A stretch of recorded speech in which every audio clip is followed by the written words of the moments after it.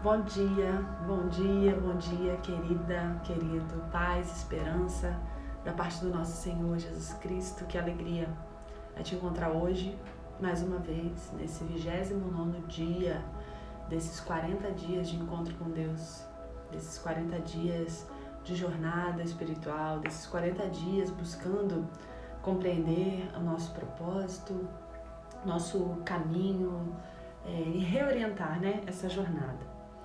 Bom, nós entramos hoje na nossa 4ª semana, no nosso 4º propósito. E o propósito de hoje, o propósito dessa semana, ele fala sobre serviço, Você foi moldado para servir a Deus. Esse é o caminho que nós vamos trilhar durante os próximos dias aí, pensar sobre esse serviço que prestamos a Deus, sobre essa nossa vida de entrega. E a nossa reflexão de hoje, especialmente, ela fala sobre isso, assim, sobre a nossa missão e sobre aceitar essa missão. Então, aceitando sua missão é o tema. O texto de Efésios, no capítulo 10, aí eu vou ler esse texto aqui em algumas versões diferentes hoje, você fica atento aí. Ele diz assim: foi o próprio Deus quem fez de nós o que somos e nos deu uma vida nova da parte de Jesus Cristo. E muitos séculos atrás, Ele planejou que gastássemos essa vida em auxiliar aos outros. Você conhece talvez um pouquinho diferente, O texto, pois somos feitura dele, criados em Cristo Jesus para boas obras, as quais Deus de antemão preparou para que andássemos nelas.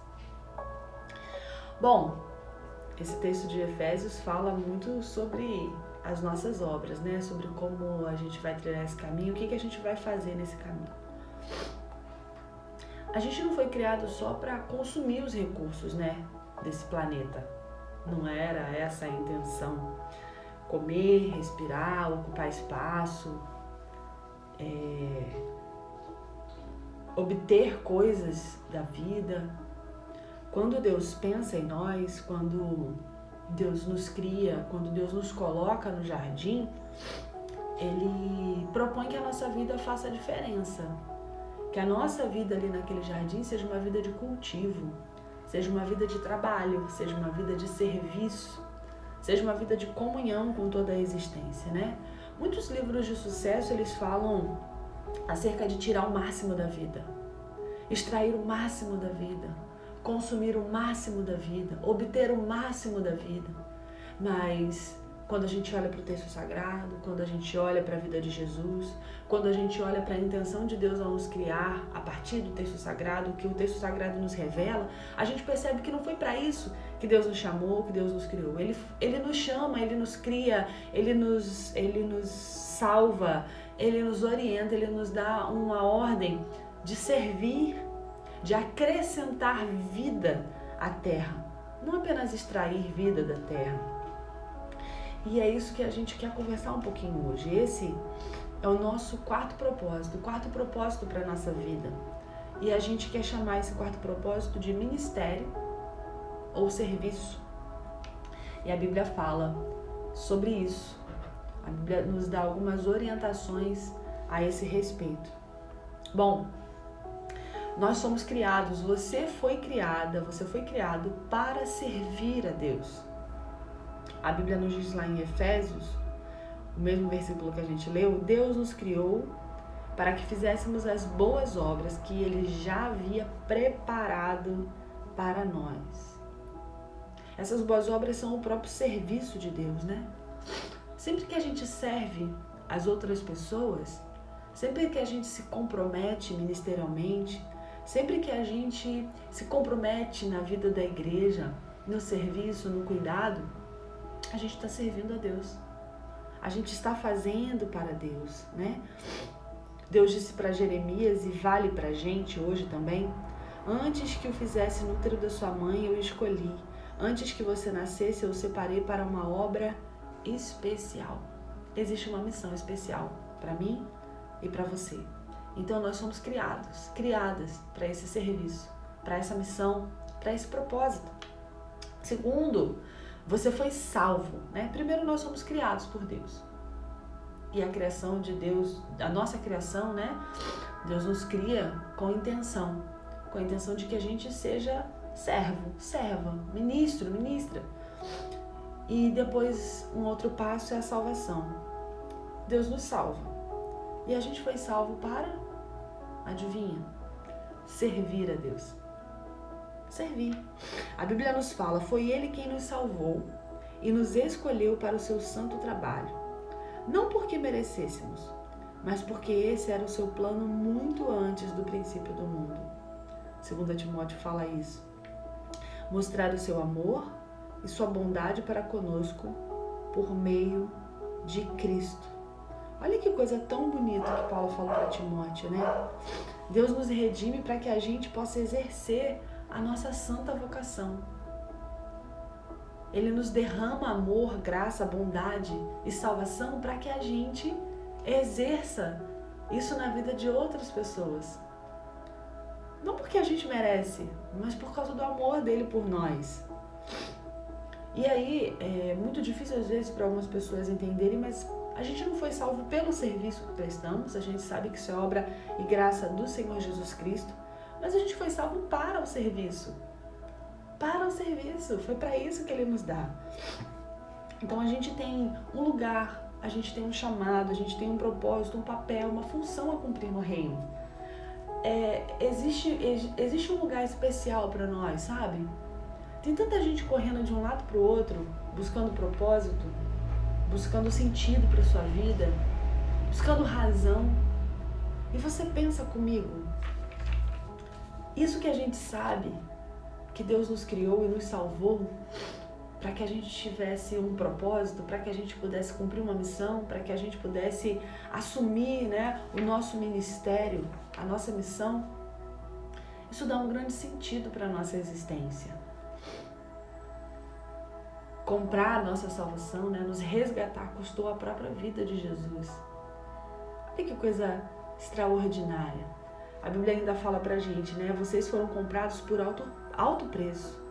Portanto, glorifiquem a Deus com seu próprio corpo. E a gente não serve, irmãs e irmãos, pela culpa, pelo medo, pelo que a gente pode receber em troca. Não. Nós já fomos salvas e salvos em Jesus. A gente serve pela alegria profunda e por gratidão pelo que Ele fez por nós. Esse é o grande motor do serviço que a gente presta a Deus e que a gente presta aos nossos irmãos, às nossas irmãs. O nosso passado foi perdoado, o nosso presente faz sentido, o nosso futuro é seguro. Nós somos gratas e por isso a gente serve a Deus. Paulo fala, né? Por causa da grande misericórdia divina, peço que vocês se ofereçam completamente a Deus, como um sacrifício vivo, dedicado ao seu serviço. E o apóstolo João também ensinou, né, nas suas amorosas palavras, ele disse: sabemos que já passamos da morte para a vida, porque amamos nossos irmãos. E eu vou incluir as nossas irmãs também aqui.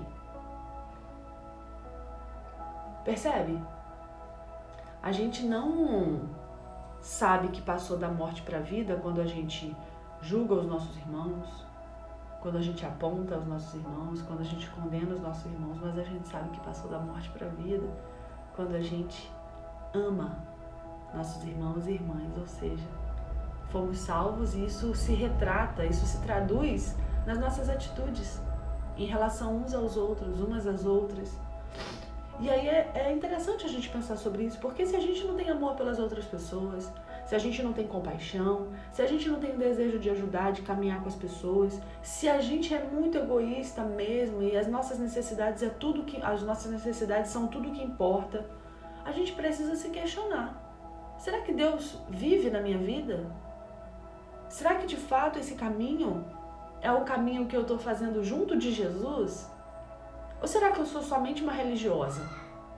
Será que eu sou somente um religioso? alguém que cumpre protocolos.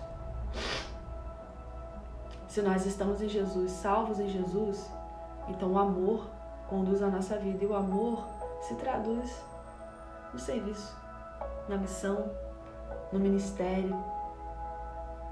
E essa ideia, né, da palavra ministério, ela é muito mal compreendida muitas vezes na vida da igreja. Por quê? Porque a maioria de nós, quando escuta a palavra ministério, quando a gente ouve sobre isso, a gente pensa nas pastoras e nos pastores, ou, né, num sacerdócio que seja mais profissional, pessoas que dedicam sua vida inteira a essa função. Mas quando a Bíblia está falando, né, de ministro, de ministra, ela muitas vezes usa uma palavra sinônima como servo. Então, serviço e ministério querem dizer a mesma coisa. E aí, se você é uma cristão, se você é alguém que foi salvo pela graça em Jesus Cristo, você é sim uma ministra. Você é um ministro. E quando você está servindo, o que você está fazendo é ministrando. Você é uma ministra do Senhor. Você é um ministro do Senhor. Nós somos abençoadas e abençoados para servir. Não para sentar e ficar esperando pelo céu ou por algo que virá. Nós somos resgatadas e resgatados para o serviço do nosso Deus. Terceira coisa, você é chamado para servir. Chamado também é uma palavra que as pessoas falam acerca do ministério mais profissional, né? Então, quando alguém diz, eu tenho um chamado, fui chamado por Deus, a gente logo pensa no chamado da pastora. Como foi seu chamado? Como Deus chamou? A gente pensa nesse lugar de exclusividade. Mas todas e todos nós fomos chamados por Deus para o seu serviço. Nós somos criados para o serviço. Nós somos salvos para o serviço. Chamados e chamadas para servir. Ser cristão e não ser servo, ou ser cristão e não ser ministro, é antagônico. Se você se diz cristão, então você precisa ter, vai fazendo parte do nosso DNA. A Bíblia fala que Deus nos salvou e nos chamou para sermos o seu povo. Não foi por causa do que temos feito, mas porque esse era o seu plano e por causa da sua graça. Também ele fala isso lá em 2 Timóteo. E Pedro acrescenta, né? Vocês foram chamados para falar sobre as excelentes qualidades de Deus, aquele que os chamou. Sempre que a gente faz uso das nossas habilidades, aquilo que Deus concedeu a gente, para ajudar outras pessoas, a gente está, sim, cumprindo o nosso chamado. Em Romanos, o apóstolo Paulo, vocês agora pertencem a Ele para ter uma vida útil no serviço de Deus. E aí a gente se pergunta, né? Quanto do nosso tempo a gente tem empregado no serviço a Deus? Algumas igrejas na China, elas, quando vão dar boas-vindas aos novos membros, aos novos crentes, elas dizem, né? Jesus agora tem um novo par de olhos para ver, novos ouvidos para escutar, novas mãos com as quais ajudar e um novo coração para amar os outros. E eu achei isso lindo, lindo. Porque agora, em Jesus, nós somos o próprio Jesus na vida das pessoas. A tradução do seu amor, a tradução do seu cuidado, a tradução dos seus braços estendidos, do seu olhar amoroso e misericordioso. Quem está em Cristo? Sim, com certeza. E o texto sagrado ainda diz, todos vocês juntos são o próprio corpo de Cristo. E cada um de vocês é um membro separado e necessário a Ele. Então isso é uma coisa importante também. Às vezes a gente pensa que não sabe fazer coisas extraordinárias e por isso a gente se nega a servir. Porque a gente queria fazer uma coisa importante. Esses dias eu estava conversando com o rapaz do louvor e a gente estava falando sobre outras funções na vida da igreja e a importância dessas outras funções. E falando de coisas que às vezes não se veem. serviços que não se veem, que são ocultos, né? Pessoas que trabalham nos bastidores para que tudo flua, para que tudo aconteça. E que sem elas, nada do que acontece poderia acontecer. E às vezes a nossa vida, quando a gente pensa em ministério, a gente olha especialmente para aquilo que está visível, né? Um ministério, por exemplo, da palavra, um ministério da música. Esses ministérios nos chamam a atenção porque eles estão ali, diante dos nossos olhos. Mas quantas coisas são tão importantes, desesperadamente importantes na vida da igreja e precisam de mim e de você. E Paulo fala muito sobre isso, sobre o corpo, né? Sobre a igreja como um corpo, sobre como cada parte tem a sua função, o seu propósito. Essa semana, no domingo, eu cortei o meu dedo. E eu cortei bem feio, uma pontinha do meu dedo. E eu tinha um dia todo programado. Pensei em muitas coisas para fazer, textos para escrever, coisas para estudar, mensagens, links de YouTube para mandar, muitas coisas para fazer. E eu levantei muito animada. E eu cortei a ponta do meu dedo. Sim mesmo, cortei um pedacinho da ponta do dedo. E sangrou bastante, eu fiquei muito assustada. Doeu, mas talvez a angústia tenha sido maior do que a dor. E eu precisei me deitar, inclusive desmaiei, porque eu não posso ver corte de sangue. Todo o meu corpo. Gente, foi uma extremidade do meu corpo, bem pequenininha. Mas todo o meu corpo foi afetado. Eu tive que parar tudo. Eu tive que me deitar. Eu tive que me cuidar, eu tive que me guardar, eu tive que me olhar. Todo o meu corpo voltou as atenções para a ponta desse dedo. Que ele estava passando despercebido no dia. E foi meu dedo esquerdo, então não é uma mão que eu utilizo tanto, não escrevo com ela, não faço as coisas com ela. Talvez eu pudesse continuar escrevendo, pudesse fazer tantas coisas, mas não, naquele momento todas as atenções viraram para esse dedo. Percebe? Quando a gente fala de corpo de Cristo, a gente está falando dessa importância e dessa falta que um pedacinho na extremidade do dedo faz para todo o corpo. E como quando a gente deixa a nossa parte, quando a gente não se compromete, quando a gente é cortado do corpo, como isso fere e maltrata o corpo inteiro. Como o corpo todo pode ficar adoecido, porque um pedacinho de dedo foi cortado fora. Então a importância da gente perceber que tudo tem importância. Tudo tem o seu valor, cada área, cada pedaço, cada gente, cada ministério, cada serviço tem o seu valor. Em quarto lugar, a ordem é essa, a orientação é essa, servir a Deus. E aí a gente vai para Jesus, que a coisa fica mais séria. Jesus, ele foi categórico quando ele falou sobre isso. Ele diz: a atitude de vocês, lá no livro de Mateus, no Evangelho de Mateus, no capítulo 20, ele diz: a atitude de vocês deve ser igual à minha, porque eu, Messias, não vim para ser servido, mas para servir e para dar a minha vida por muitos. E por muitas também. Por todas e todos. Para nós, essa não é uma questão de opção. Não é um caminho opcional. Não é algo que a gente vai encaixar nas nossas agendas lotadas caso haja um tempinho disponível. Servir é o núcleo da vida de quem está em Jesus.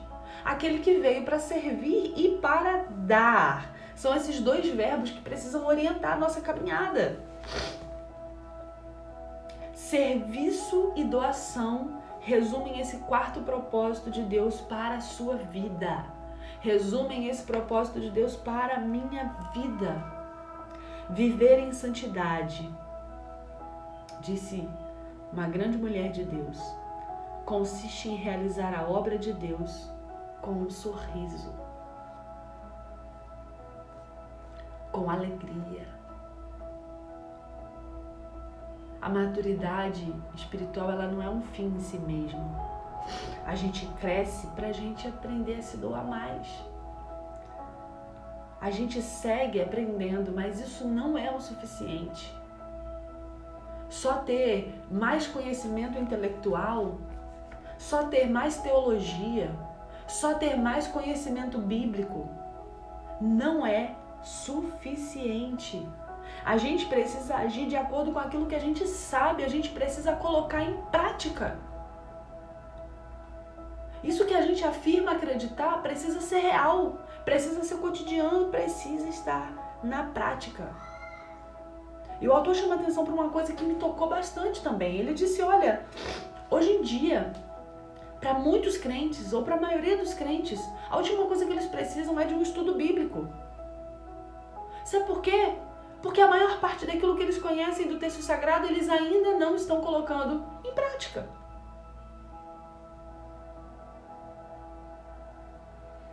Só o conhecimento pelo conhecimento não nos leva perto de Jesus. Não nos faz comunidade. Não nos integra à vida do corpo de Deus. Nós precisamos de experiências em servir. Nessas experiências, então, a gente vai exercitar aquilo que conhecemos, os nossos músculos espirituais. E servir, minha irmã e meu irmão, é contrário, sabe, à nossa natureza. É contrário às nossas inclinações naturais. Na maior parte do tempo, a gente está muito mais interessado em se servir, em nos servir. Então a gente diz coisas.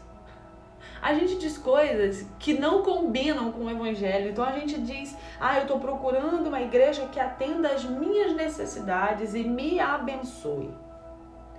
Ao invés da gente dizer, eu procuro um lugar onde eu possa servir, abençoar, ser abençoado. A gente espera que as pessoas sirvam a gente, não o contrário. Mas à medida que a gente amadurece em Cristo, o foco da nossa vida ele vai sendo deslocado de forma progressiva. Porque somos seguidoras e seguidores de Jesus. E se estamos amadurecidas na fé, então a gente para de se perguntar, quem vai alcançar as minhas necessidades? Quem vai corresponder às minhas expectativas? E a gente pergunta, as necessidades de quem eu posso alcançar? De quem eu posso cuidar? Você já se fez essa pergunta? É importante pra gente. Quando a gente pensa na eternidade, no ainda não, no lugar da revelação máxima e plena de Deus, que a gente costuma chamar de céu, a gente pensa em como Deus vai tratar conosco, né? Avaliar o nosso serviço, como a gente fez isso com os outros na nossa vida. A Bíblia fala, cada um de nós prestará contas de si mesmo, de si mesma, a Deus. Quanta energia a gente gastou conosco mesmos, em relação ao que a gente gastou para servir as outras pessoas. E aí, quando ele está separando bode de ovelha, porque todos os critérios lá são de serviço, pode reparar, Mateus 25, depois você lê. Tem como você dizer para ele, eu estava muito ocupado, eu estava correndo atrás dos meus próprios objetivos, estava preocupado com o meu trabalho, eu estava preocupado porque eu tinha que me divertir, ou então eu tinha que organizar a minha aposentadoria.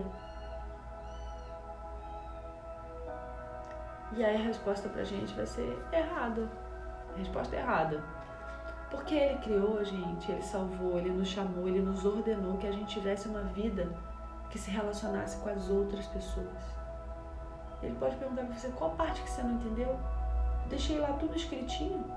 Eu criei, salvei, orientei, ordenei. Eu disse claramente, você precisa Você precisa se comprometer com as pessoas. Você precisa vestir quem está nu, você precisa dar comida a quem tem fome, você precisa visitar os presos, você precisa cuidar dos doentes, você precisa ter uma vida ministerial. Você precisa ter uma vida de serviço. A Bíblia nos alerta sobre isso. A Bíblia nos chama a atenção sobre isso. Em Jesus isso fica muito claro. Se em todos os outros textos da Bíblia a gente tem um chamado para servir, em Jesus ele não deixa dúvida. Ele é a revelação de Deus. É ali que Deus revela para nós todas as intenções, todas as suas formas de ver, de pensar. E ele diz para a gente: não tem outro caminho. Jesus ainda fala: se você insistir em salvar a sua própria vida, você a perderá. Somente aqueles que põem de lado a sua vida por minha causa e por causa da boa nova é que saberão o que realmente significa viver. A nossa vida está passando, olha. Hoje já é o dia 29, a gente se lembra de quando a gente começou essas reflexões, a gente pensou: caramba, será que a gente vai dar conta todos os dias e tal? Hoje já é o dia 29. Se a gente começar ou se a gente não começar, os dias vão passar. Se a gente se comprometer ou não se comprometer, os dias vão passar. E a gente vai dar a nossa vida por alguma coisa. Porque cada dia que a gente vive não é mais um dia de vida, é menos um dia. Cada aniversário que a gente completa não é mais um ano de vida, é menos um ano de vida, porque a gente já viveu aquele. E a gente tem dado a nossa vida por coisas, por algo, por sonhos, por projeto. O que é que vai ser? Sobre o que será a doação da sua vida? Carreira? Estou muito compenetrada em construir minha carreira. E eu não estou dizendo, irmãs e irmãos, que é pra gente não construir nada. Nada disso. É só saber aquilo que é central. Aquilo que é o mais importante. Eu vou doar minha vida a quê? Um passatempo? Um esporte, fama, riqueza? Nenhuma dessas coisas vai ser importante para sempre. Servir é o caminho da verdadeira importância. É através desse serviço, do ministério, de uma vida em Deus, que a gente acha o verdadeiro significado para a nossa vida. A Bíblia diz: todas e todos achamos nosso significado e função como parte do seu corpo. No corpo. Se não estamos no corpo, a gente não consegue encontrar o propósito. Lembra do meu dedinho? Tem que estar no corpo. Como ele não ficou penduradinho, cortei o pedacinho inteiro, ele foi embora no ralo da pia. A gente ficou muito nervoso, ele acabou indo embora no ralo da pia. Pensa, ser desprezado e ser jogado fora assim, porque não estou mais no corpo. A nossa função, ela é encontrada quando a gente está no corpo. Deus quer usar a sua vida. Ele quer usar a sua vida para fazer diferença no mundo. A gente tem um slogan, que é o nosso desejo de ser igreja para essa cidade, uma igreja que ama, uma família que ama, acolhe e cuida. E a quarta palavra, cuidar, ela tem o seu sentido nesse propósito, o propósito do serviço. Deus quer usar a sua vida para que você faça a diferença no mundo criado por Ele. É através de você. Ele quer trabalhar por meio da sua vida. Não importa se a sua vida começou agora, se você já tem um pouco mais de idade, se você já está muito mais velho. Ele ainda quer usar a sua vida para fazer diferença no mundo. Então esse é o nosso desafio de hoje. Deus usou, a palavra nos fala, né? Muitas pessoas que aparentemente, aos nossos olhos naturais, não seriam escolhidas para o seu serviço, por conta das suas fragilidades, por conta das suas fraquezas, por conta da sua condição social. Quantas coisas podem impedir? Às vezes a gente dá essas desculpas para não nos deixar ser usados por Deus. E aí a gente poderia citar aqui muitas pessoas, né? Abraão, que já era mais velho, mais idoso, Jacó, era muito inseguro, Lia, José, Moisés, Gideão era muito pobre, Sansão vivia, né, numa codependente, Raabe era uma pessoa desprezada pela sociedade, Davi, meu Deus, quantas coisas Davi fez e que caminhos terríveis Davi tomou, coisas que eu e você nem imaginamos chegar perto, assassinato, estupro, uma vida familiar absurda, desregulada. Jonas, Noemi, João Batista, Pedro,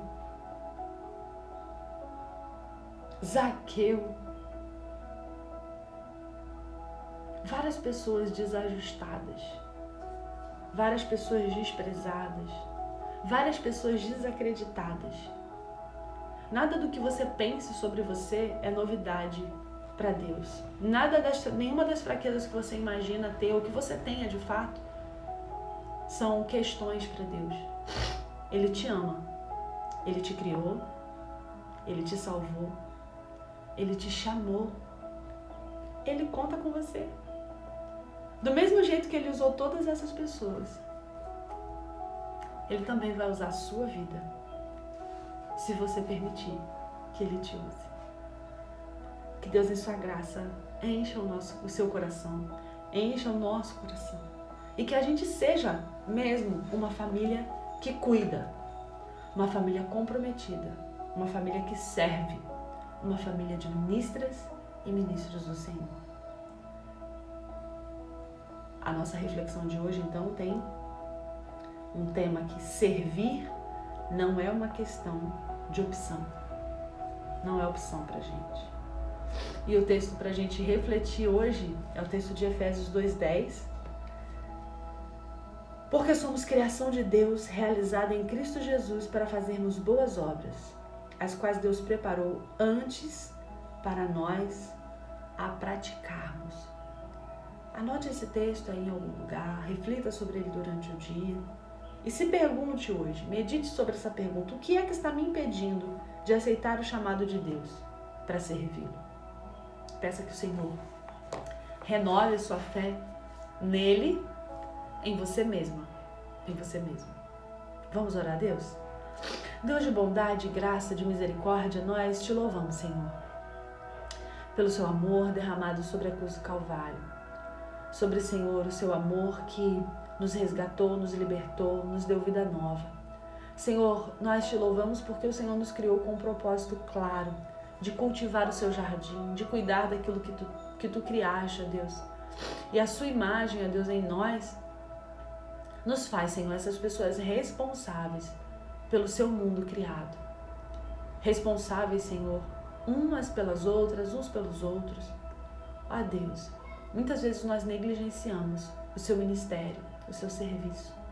Mas essa manhã, Senhor, ouvindo as suas palavras, ouvindo os textos que foram lidos, ouvindo os desafios que nos foram propostos, nós queremos pedir, ó Deus, nos ajuda, Pai, a termos um coração mais parecido com o teu, mais próximo de ti, da tua vontade, do teu desejo para nós. E, Senhor, ajuda-nos mais do que compreender isso de forma cognitiva, mas que objetivamente isso transforme também, Senhor, em ações na nossa vida. Que seja, Senhor, o nosso modo de lidar uns com os outros, umas com as outras. Que nós estejamos, Senhor, de fato enxertados na videira. Que nós possamos, de fato, Senhor, ser parte do seu corpo, Senhor.